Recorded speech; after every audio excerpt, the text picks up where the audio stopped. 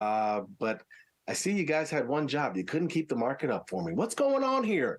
But we're going to talk a little bit about the slide in the last couple of days over the market and how it's trying to attempt to have a positive, solid day. Bonds have been on the move. And by bonds, I mean bonds as in treasuries, not yields.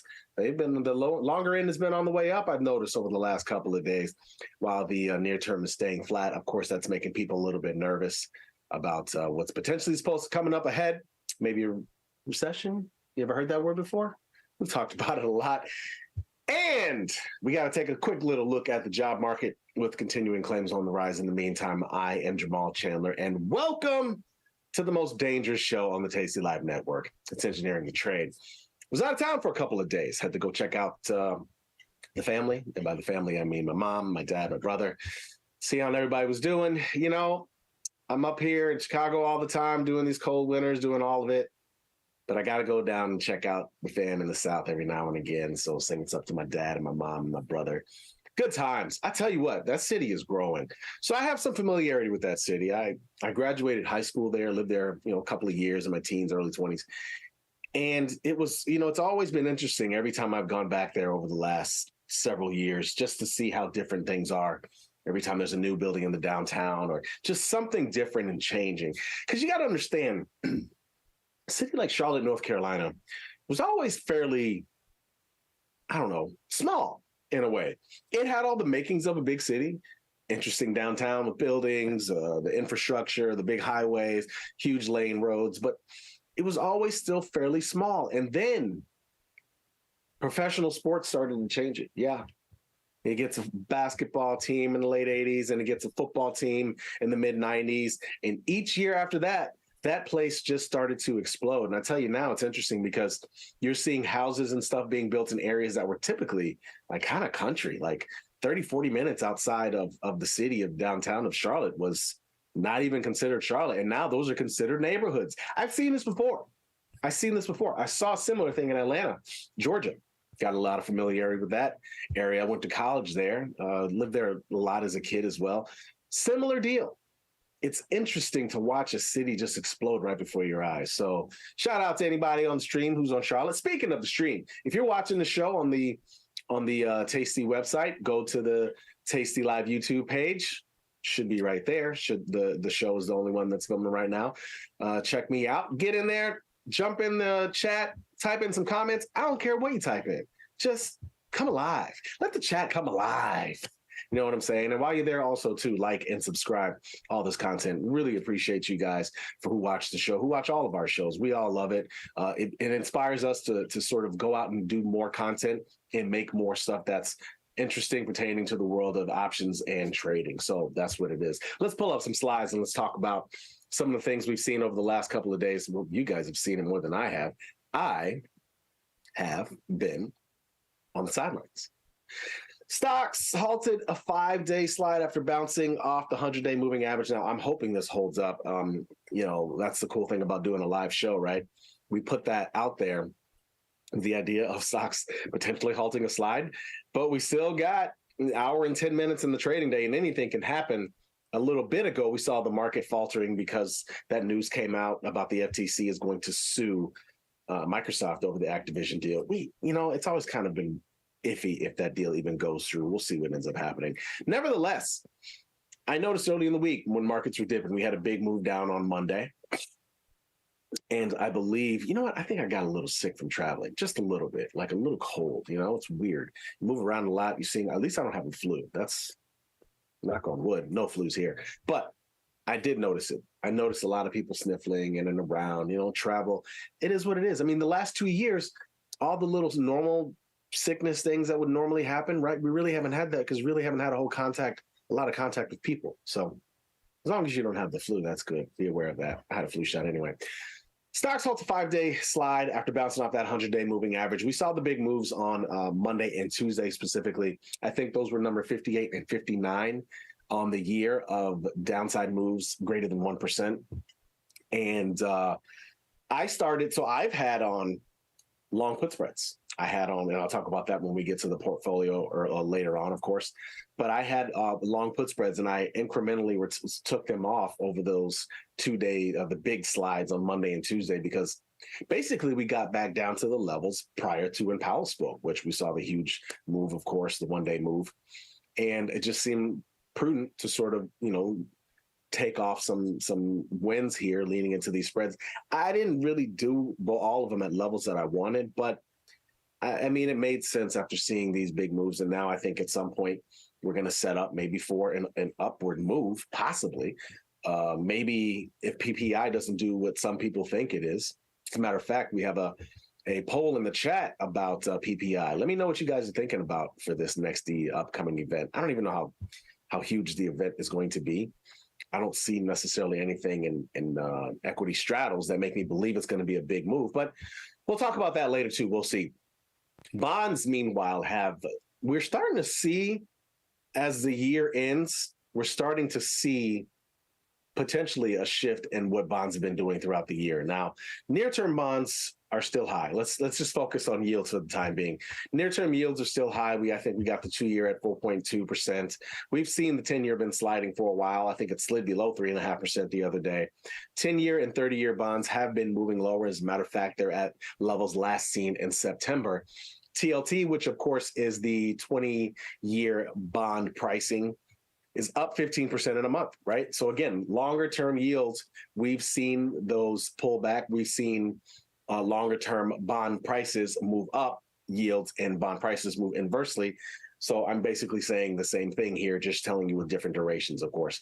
So longer duration has been, we've seen those come in.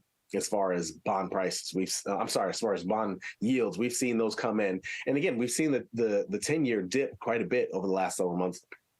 Most people are pointing that to the idea that maybe there's a recession, right?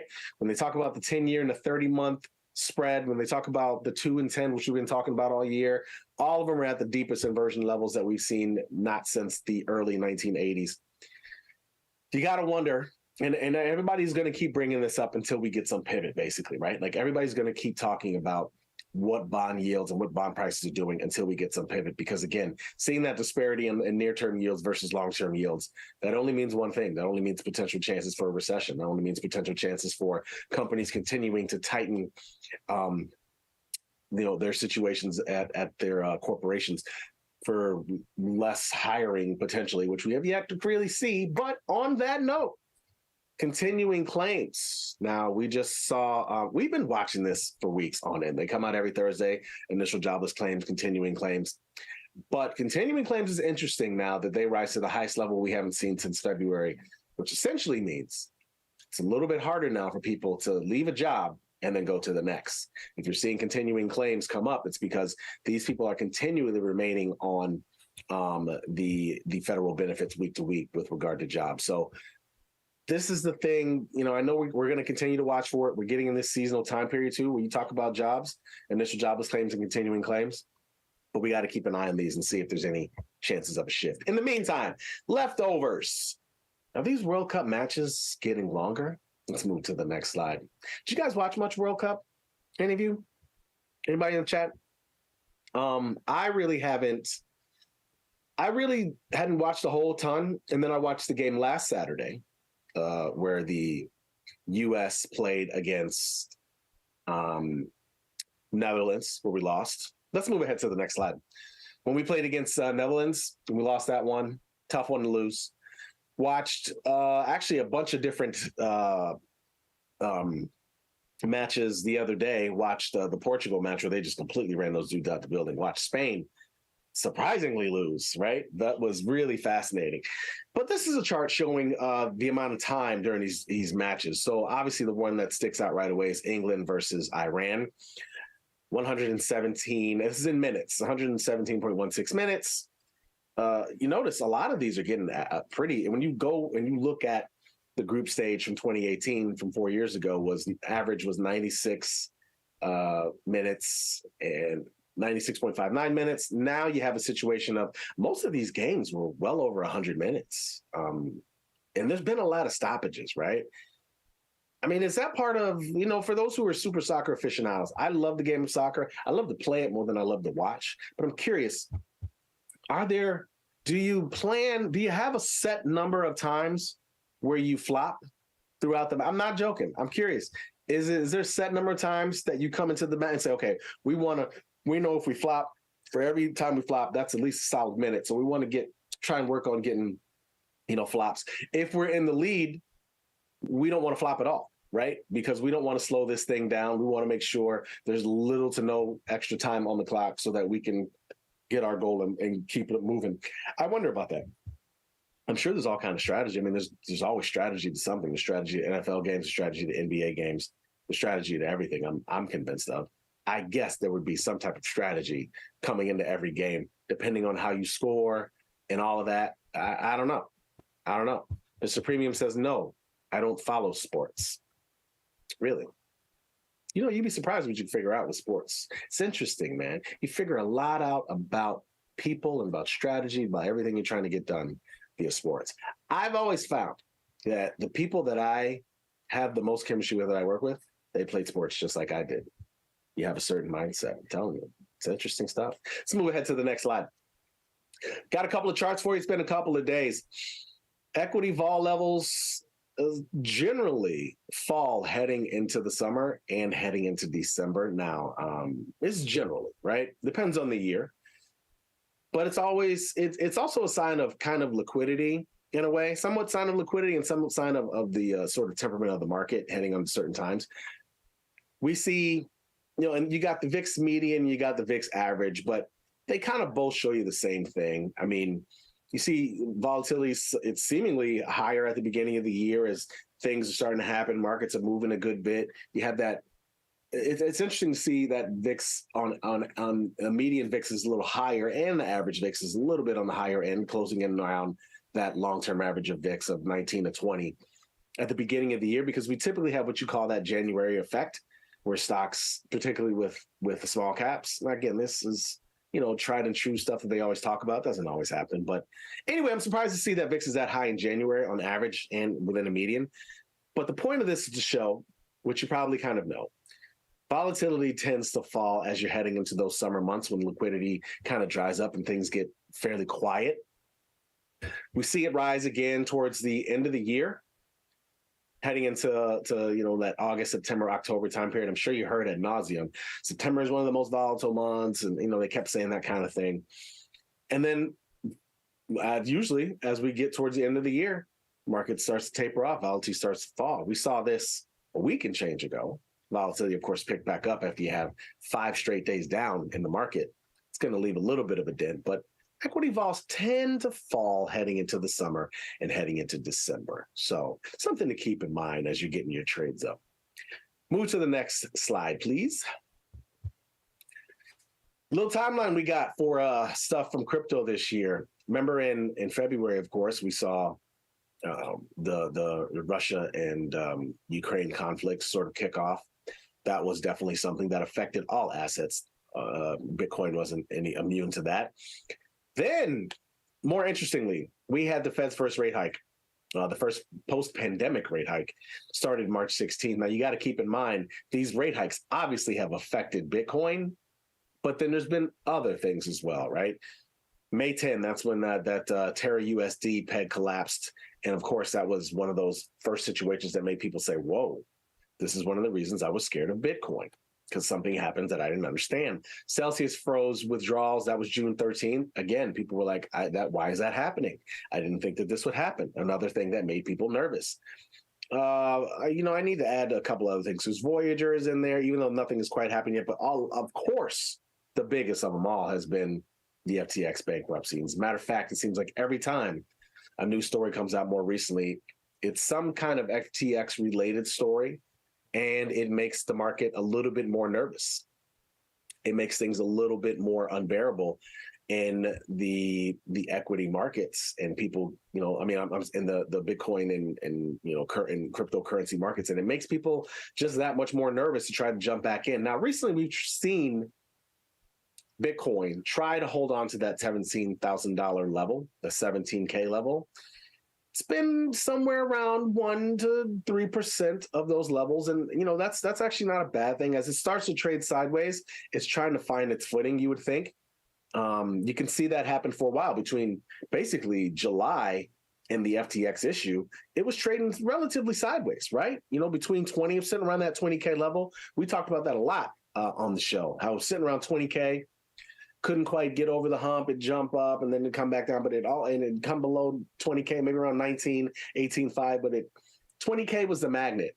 Now it's starting to feel like 16K is that magnet. We're above it a little bit now today, but I tell you, it's whatever news story has really been affecting it. So long as no big negative ones come out again more recently, can reasonably feel safe. Let's move ahead to the next slide.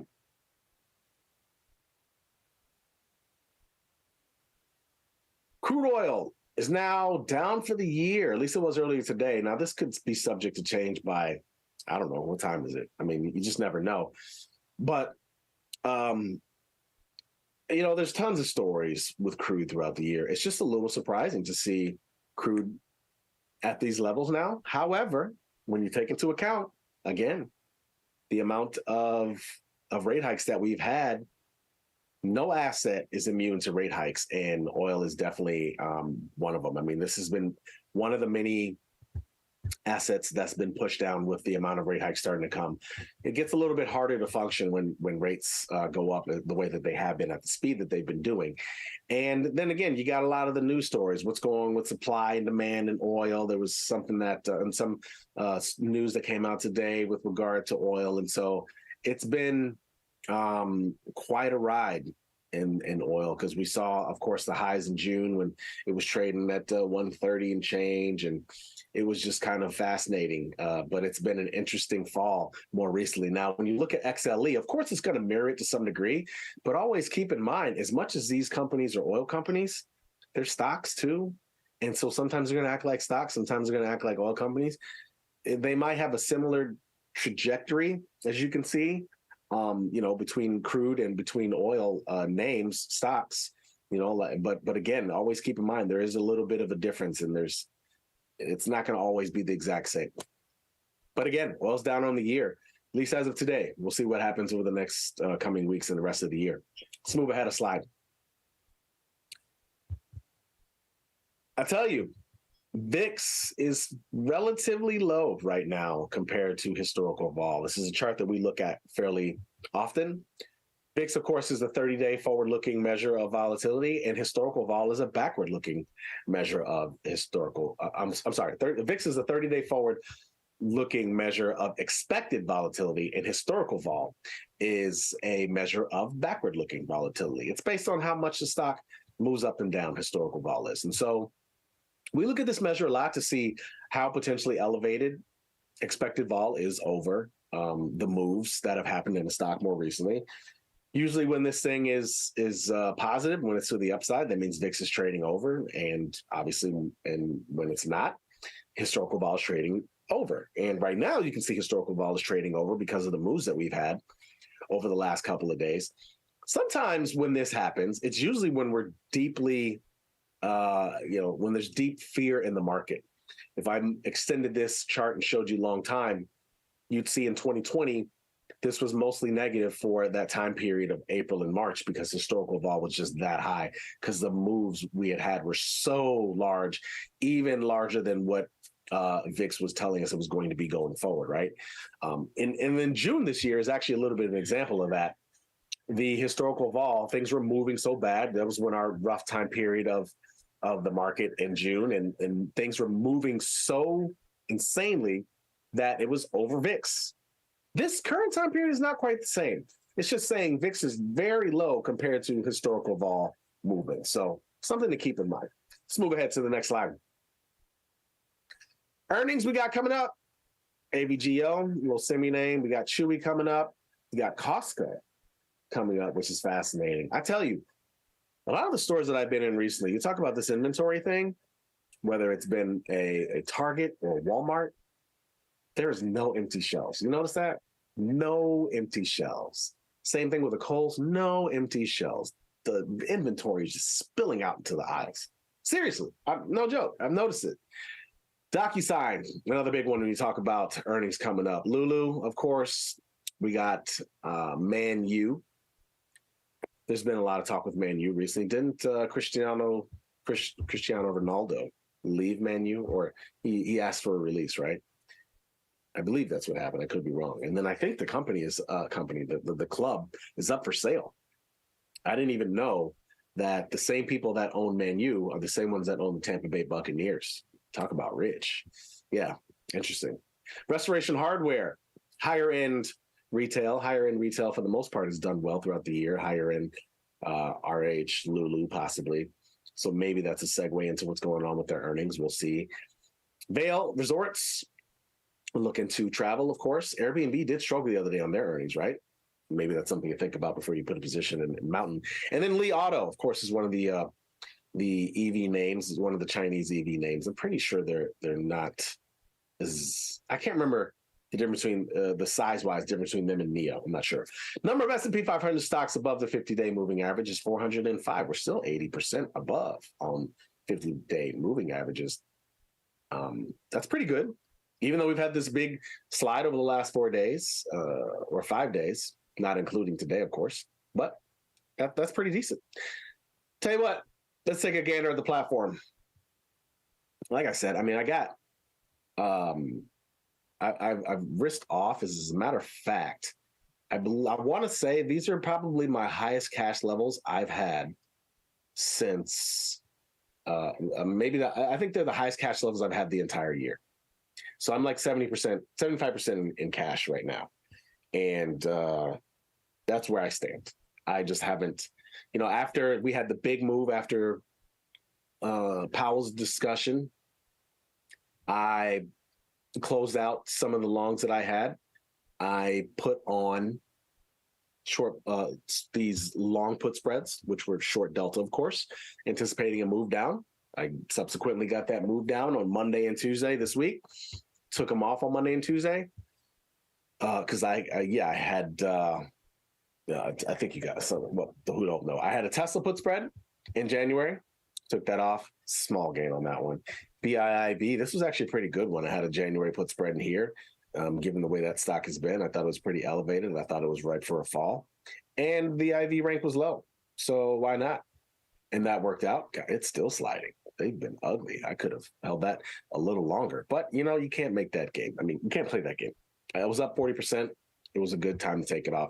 NVIDIA, this was a very small gain on this one. I had this working for a while. This stock is schizophrenic sometimes, dude.